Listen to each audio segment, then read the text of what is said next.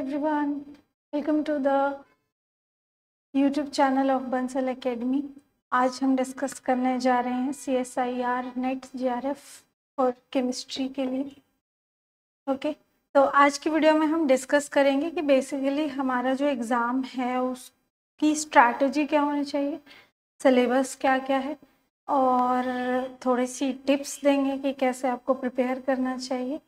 और इसके अलावा एक अनाउंसमेंट भी है हमारे पास।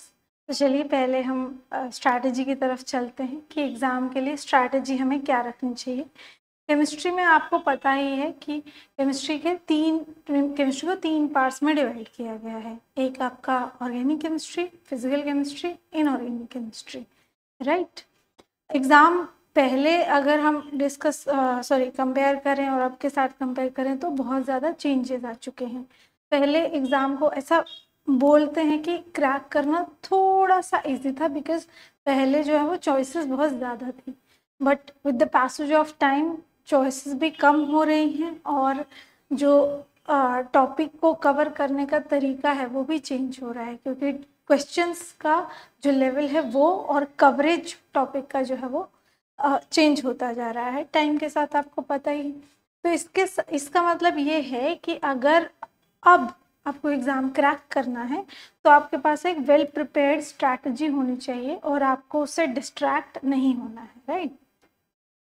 अदर देन दिस, जो स्टूडेंट्स MSc में हैं अभी से, उनको मुझे लगता है अभी से शुरू कर देना चाहिए। अपना जो भी क्लासेस होती हैं उनके साथ साथ आपको जो है अपने दिन के 4 घंटे तो मिनिमम आपको निकालने ही चाहिए पढ़ाई करने के लिए, क्योंकि आपको पता ही है कि MSc फर्स्ट ईयर से ही स्टूडेंट्स जो है वो एलिजिबल हो जाते हैं। तो आपको जो है एग्ज़ाम की तैयारी टाइम से शुरू कर देनी चाहिए, ऐसा मैं सजेस्ट करती हूँ। बाकी आपकी जो है वो तो अपनी इच्छा है कि आपको कैसे प्रिपेयर करना है, कैसे आगे बढ़ना है, अपने फ्यूचर को कैसे प्लान करना है। ओके, अदर देन दिस, अगर हम आगे बढ़ें थोड़ा और, तो जो स्टूडेंट्स ऑब्वियसली जैम की तैयारी कर चुके हैं, जो IITs NITs से MSc अभी ऑलरेडी कर रहे हैं, उन्होंने ऑब्वियसली जैम क्रैक किया होगा, तो उनके पास जो है ऑलरेडी कुछ नोट्स जो होंगे वो होंगे ही, है ना। तो उनको वहाँ पे बहुत ही ज़्यादा हेल्प मिल जाती है, because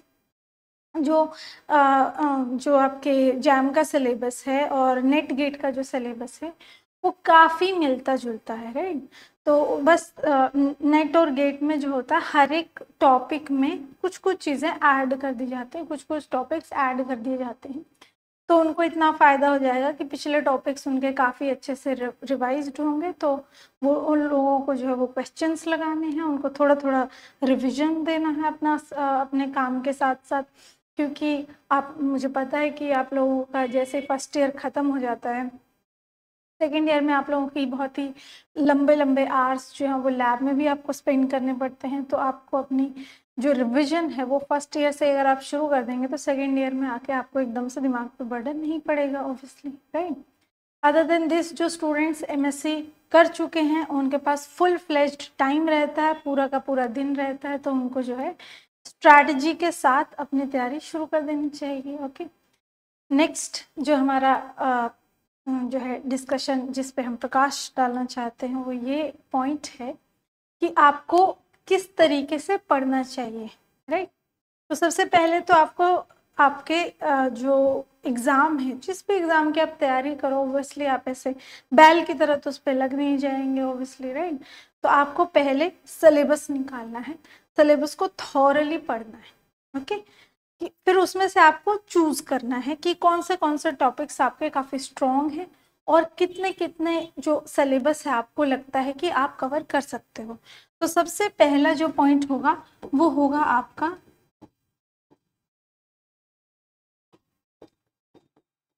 syllabus, right. Most of the part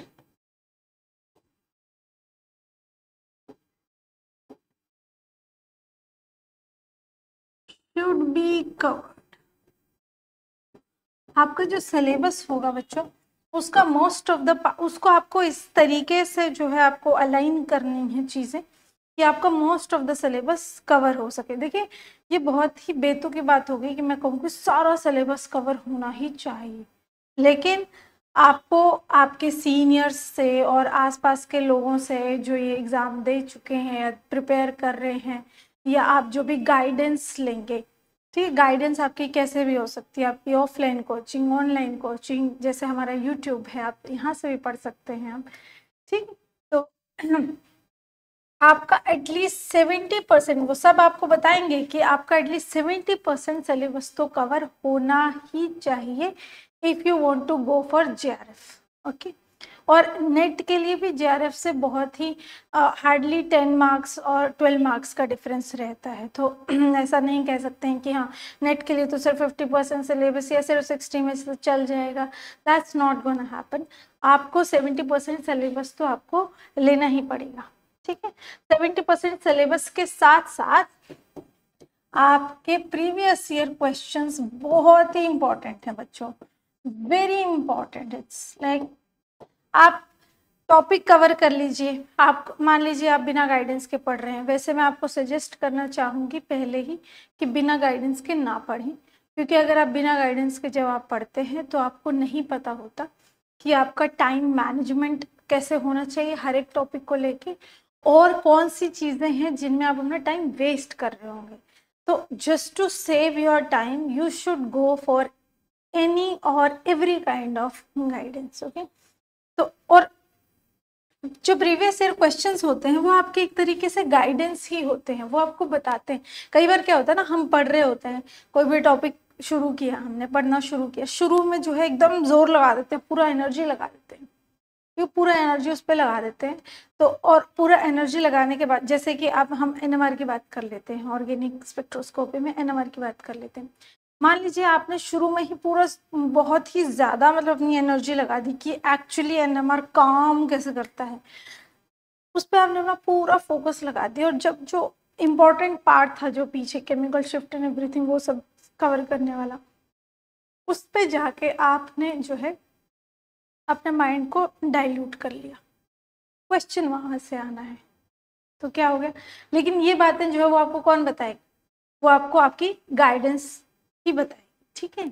जहाँ से भी आप गाइडेंस लेंगे कि आपको कहाँ पे कितनी एनर्जी इन्वेस्ट करनी है, किस टॉपिक के किस पार्ट पे कितनी एनर्जी आपको जो है वो इन्वेस्ट करनी है। चलिए, तो प्रीवियस ईयर क्वेश्चन पेपर जो होते हैं वो भी आपके लिए एक तरीके से गाइडेंस का ही काम करते हैं, कि आपको जो पेपर आप अटेम्प्ट करने जा रहे हो उसमें जो भी डिफरेंट डिफरेंट आपके टॉपिक्स आने वाले हैं, वो टॉपिक्स जो हैं आपको किस तरीके से कवर या किस तरीके से उसमें से ट्विस्ट करके कैसे क्वेश्चन पूछा गया है, ठीक है।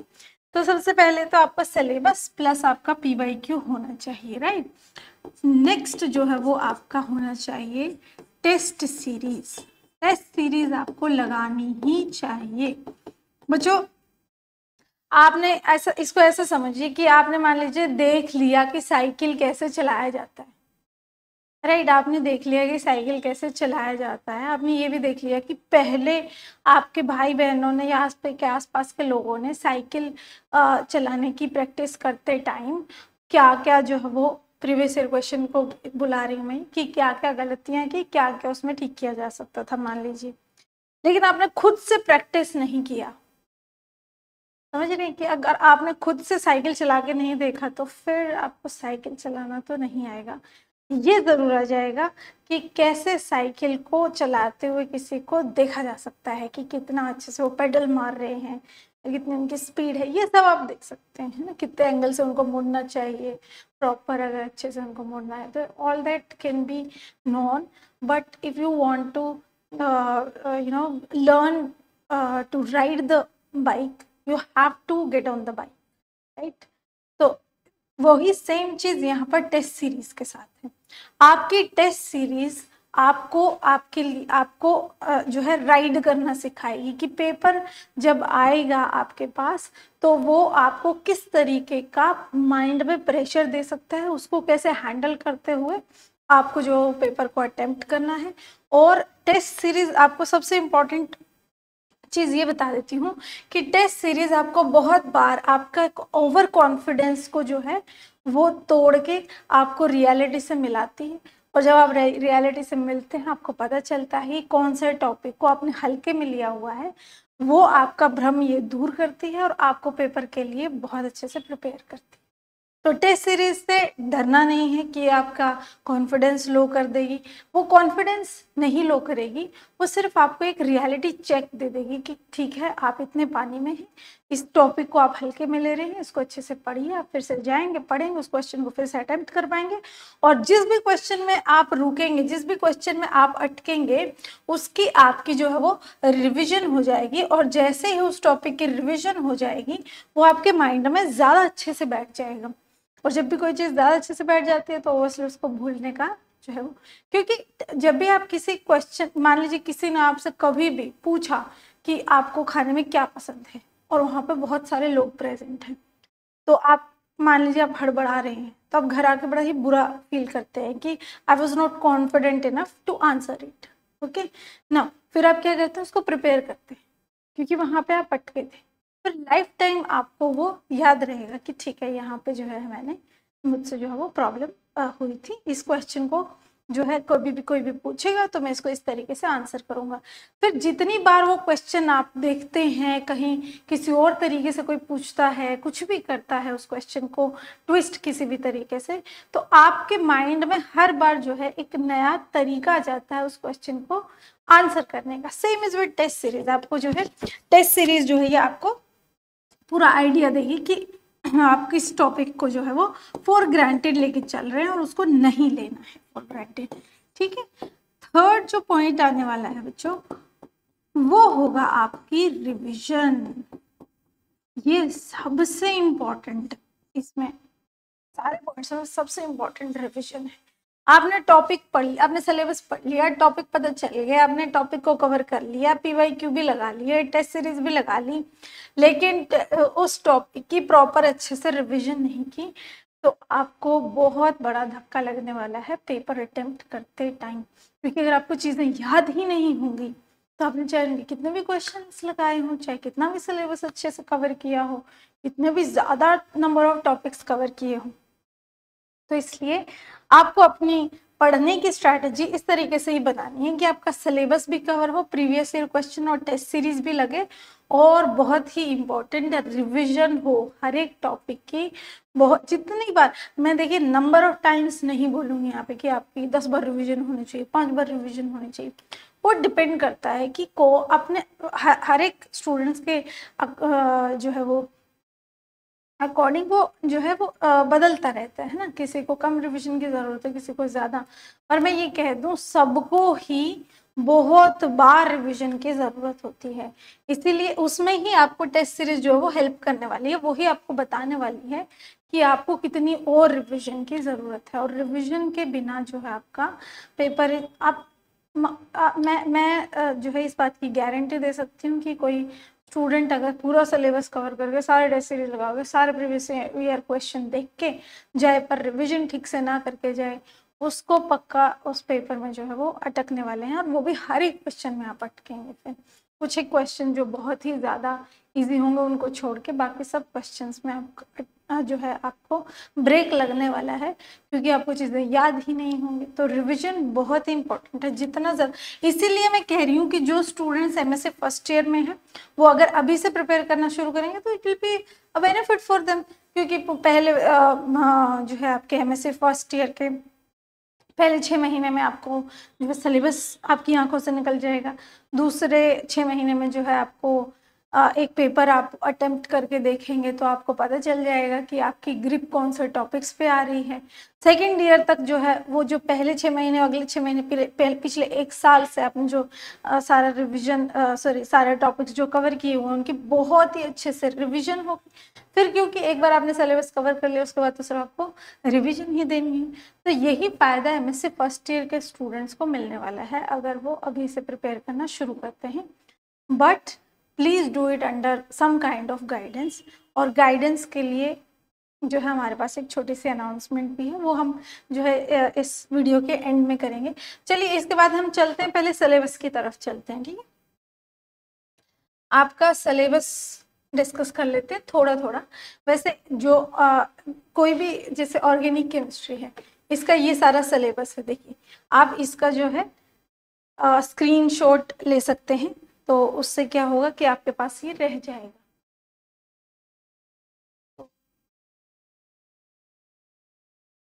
आई थिंक स्क्रीनशॉट के लिए इनफ आपको टाइम मिल गया है।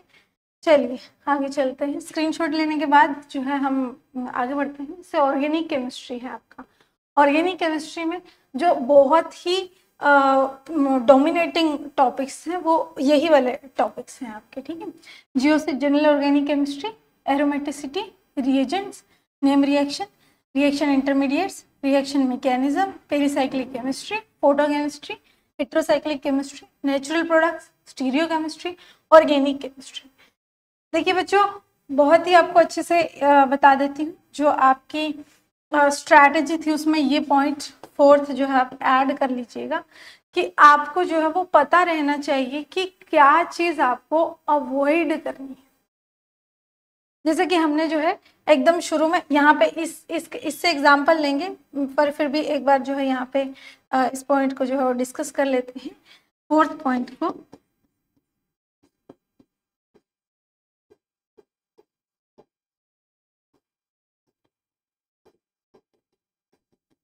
कि आपको क्या चीज जो है वो अवॉइड करनी है, ये आपको पता होना चाहिए, ठीक है। तो वो आपको सिलेबस से जो है पता चल जाएगा एक तो, दूसरा प्रीवियस ईयर क्वेश्चन से पता चल जाएगा। इसके लिए हम पूरा एक सेपरेट वीडियो भी बनाने वाले हैं कि कौन सा टॉपिक कितना वेटेज रखता है, ये हम आपको फुल फ्लेज्ड बताने वाले हैं। उससे क्या होगा, आपको पता चल जाएगा कि कौन से टॉपिक्स हैं जो कवर ज्यादा करने पड़ रहे हैं, उनमें याद भी ज्यादा करना पड़ रहा है और उनमें से क्वेश्चन अटेम्प्ट नहीं हो रहा, ठीक है। या कह लीजिए उनमें से क्वेश्चन जो है वो कम आ रहे हैं। अगर कम आ रहे हैं, बड़ा टॉपिक है, मान लीजिए आपने आधा पढ़ लिया और बाकी का आपने छोड़ दिया, क्वेश्चन उस पार्ट में से आ गया जहां से आपने छोड़ दिया, तो अटेम्प्ट नहीं हो पाएगा। सही बात है। तो आपको जो है ये भी जानना बहुत जरूरी है, जो हम ये कह रहे हैं कि 70% सिलेबस आपको एटलीस्ट कवर करना ही है, इसका मतलब 30% या 25 to 30% ऐसे लिख लेते हैं, ज्यादा 30% बहुत ज्यादा हो जाता है, 25 to 30% आप अवॉइड भी कर सकते हैं। तो वो अवॉइड किस बेसिस पे करना है, ये नहीं कि आपको लग रहा है कि बायो इनऑर्गेनिक मेरे को ज़्यादा याद नहीं होती है तो मैं बायो इनऑर्गेनिक अवॉइड कर देता हूँ, बट बायो इनऑर्गेनिक में से इतने ईजिली क्वेश्चन अटेम्प्ट होते हैं और हर बार एक से दो क्वेश्चन जरूर आते हैं, एक बी पार्ट में एक सी पार्ट में, ठीक है। चलिए तो हम पहले कर लेते हैं आपका सिलेबस डिस्कस, चारों पॉइंट हो जाने के बाद। तो ये 4th पॉइंट में जो है, ये 4th पॉइंट आपको ऑर्गेनिक, फिजिकल, इनऑर्गेनिक तीनों केमिस्ट्री में ही आपको इन चीज़ों का तो ध्यान रखना ही है, जो 4th पॉइंट है, ठीक है। तो इसमें आपको मैंने बता ही दिया कि ये सारा आपका सिलेबस रहेगा। इसमें जो एक चीज़ ऑर्गेनिक में आपको जानने वाली है वो बहुत ही इंपॉर्टेंट, मैं आपको बता देती हूँ कि जो ये टॉपिक्स हैं, reagent, reaction mechanism, stereo chemistry, ये आपस में मोस्टली इंटरकनेक्टेड होते हैं। स्टीरियो केमिस्ट्री जो है वो आपको रिएक्शन, रिएजेंट, रिएक्शन मैकेनिज्म इनके साथ मिक्स करके दे देता है कि जो आपका प्रोडक्ट बनेगा उसमें स्टीरियो भी बताओ और बनेगा क्या वो भी बताओ। तो ऐसे में जो स्टीरियो केमिस्ट्री और ये सारे के सारे आपके टॉपिक्स हैं जिनको मैंने अंडरलाइन किया है, ये सारे के सारे टॉपिक्स जो होते हैं बच्चों, ये सारे के सारे टॉपिक्स आपस में इंटरकनेक्टेड रहते हैं। इंटरकनेक्टेड रहने की वजह से आपको जो है बहुत ही स्मार्ट वे में ये चूज करना पड़ेगा कि आप कहाँ पर अपनी एनर्जी लगाना चाहते हैं और कहाँ पर आप अपनी एनर्जी नहीं लगाना चाहते, ठीक है। लेकिन मैं ये बता देती हूँ कि अगर आप सिर्फ स्टीरियो पढ़ के चले गए और उसने मिक्स कर दिया स्टीरियो का क्वेश्चन इनके साथ, तो ऐसे में आपको पता होना चाहिए कि आपका जो सिलेबस है उसमें कौन से टॉपिक आपस में इंटरकनेक्टेड हैं। तो उन टॉपिक्स को अगर आपको करना है प्रिपेयर तो एक साथ करना है, नहीं करना है तो फिर जो है पूरे सारे टॉपिक्स को जो है छोड़ने में ही आपका फायदा रहेगा। बट आपको यहाँ पे पता चल रहा है कि आप इन टॉपिक्स को छोड़ नहीं सकते हैं। कितने कितने टॉपिक्स बन रहे हैं हमारे, 1 2 3 4 5 6 7 8 9 10 11 12 टोटल टॉपिक्स बन रहे हैं हमारे जो मेजर टॉपिक्स हैं।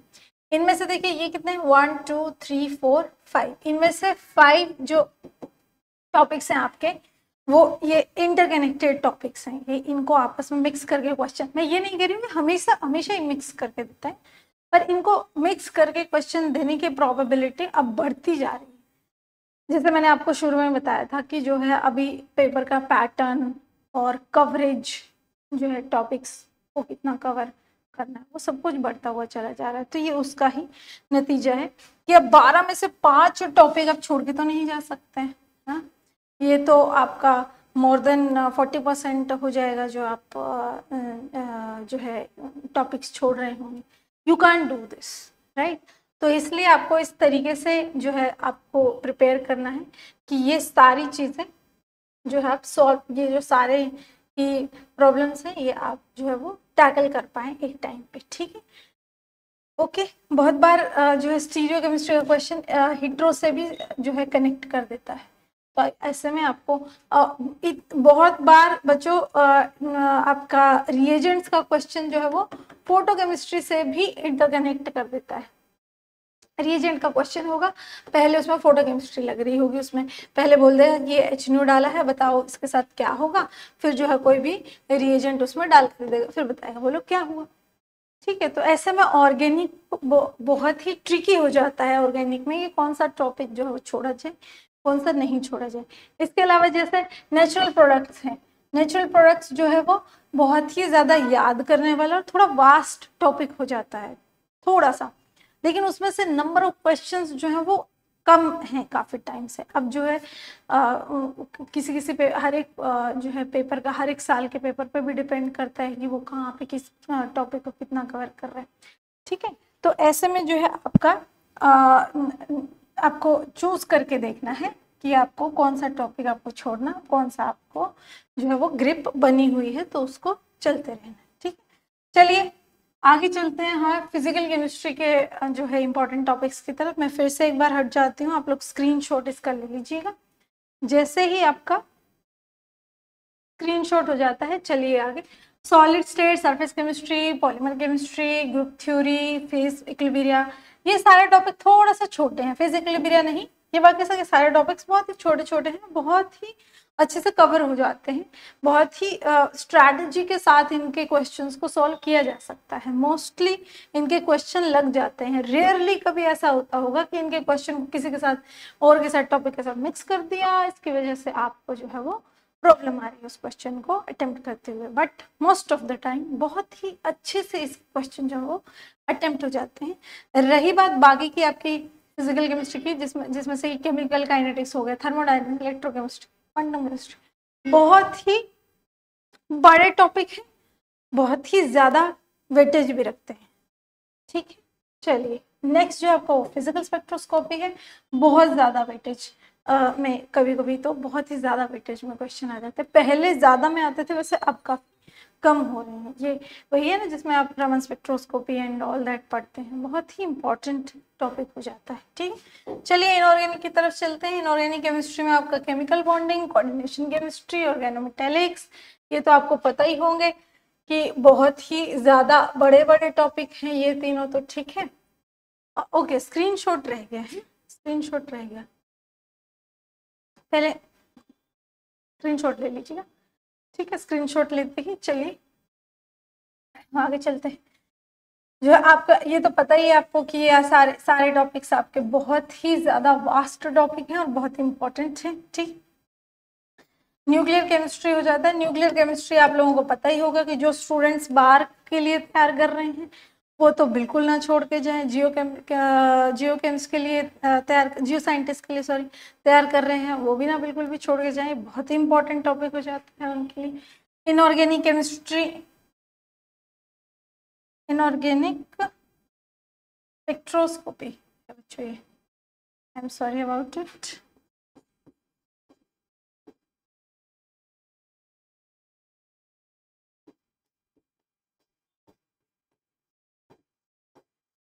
इनऑर्गेनिक स्पेक्ट्रोस्कोपी हो जाता है, इसमें आपको पता ही है मोसबार, EPR ये सब आ जाते हैं, ठीक है। ब्लो chemistry, bioorganic analytical chemistry, acid base chemistry, ये बहुत ही छोटे छोटे टॉपिक होते हैं जिसमें से कि एनालिटिकल केमिस्ट्री फिर आपको 4th पॉइंट आपका यहाँ पे आपको लगाना है स्पेशली एनालिटिकल केमिस्ट्री पे कि आपको इस तरीके से इस टॉपिक को उठाना है कि अगर आपको लगता है कि आप इसको छोड़ के बाकी टॉपिक्स में से क्वेश्चन को जो है वो ग्रैब कर पाएंगे तो फिर इस टॉपिक को मोस्टली जो है वो अवॉइड करना ही पसंद करते हैं। हालांकि अगर किसी की एनालिटिकल केमिस्ट्री काफ़ी अच्छी है then do not avoid it, okay? I'm just trying to tell you कि आपको फोर्थ पॉइंट को किस तरीके से अप्रोच करना है, सिलेबस में कैसे जो है वो इम्प्लाई करना है, ठीक है। चलिए स्टूडेंट्स, आज हमारा जो मेन आपका डिस्कशन था वो हो गया है। इसमें हमारी एक जो है छोटी सी कह सकते हैं कि अनाउंसमेंट ये है कि अब से आपको रेगुलरली CSIR नेट के लिए प्रिपेयर करने के लिए जो वीडियोस हैं वो हमारी इस चैनल पर अवेलेबल हुआ करेंगी। तो आप हमसे कनेक्ट करिए, एक साथ CSIR नेट के इस जर्नी पेपर के प्रिपरेशन की जर्नी को हम एक साथ जो है शुरू करेंगे और आगे बढ़ाएंगे। इसके अलावा जो है एक आपको छोटा सा वीडियो एक और मिल जाएगा जिसमें कि हम ये बताएंगे कि कौन से वाले पार्ट में से आपका कौन सा टॉपिक कितना वेटेज रखता है, पहले कितना वेटेज रखता था, कंपेयर करके पूरा अच्छे से आपको वो वीडियो मिल जाएगा कि पहले कितना वेटेज रखता था, अब कितना वेटेज रखता है, और जो है उसके बेसिस पे आप किस टॉपिक को अवॉइड कर सकते हैं, करना चाहते हैं। अगर नहीं उस टॉपिक को अवॉइड करना चाहते हैं, आपका फेवरेट है, then go for it, okay. तो कुल मिलाकर उसमें हम एक जो है आपको थोरोली एक विजन दे देंगे कि किस टॉपिक की जो है प्रोबेबिलिटी ज़्यादा है, वेटेज ज़्यादा है, तो आप उस टॉपिक को और भी ज़्यादा अच्छे से कवर करिए अगर अभी नहीं कर रहे हैं तो, ठीक है। तो मिलते हैं नेक्स्ट वीडियो में, तो उसमें हम पूरा अच्छे से डिस्कशन जो है टॉपिक्स का करने वाले हैं और हम शुरू करने वाले हैं हमारे net CSIR UGC net JRF की जो तैयारी है वो हमारे इस चैनल पर अब हम जो है जल्द ही शुरू कर देंगे आप लोगों के साथ। आई होप कि आप लोगों का पूरा साथ हमें इसमें मिलने वाला है। बहुत सारे मैं चाहती हूँ कि बहुत सारे जितने ज़्यादा हो सकते हैं स्टूडेंट्स उतने ज़्यादा जुड़ें, क्योंकि उतने ज़्यादा हम क्वेश्चंस को भी और जो है आप लोगों के डाउट्स को एक्सप्लोर कर पाएंगे, उतना ज़्यादा अच्छे से उस टॉपिक को कवर कर पाएंगे जितना ज़्यादा अच्छे से स्टूडेंट्स जो है वो रिस्पॉन्स देंगे, क्वेश्चंस पूछेंगे, okay. Then see you in the next video.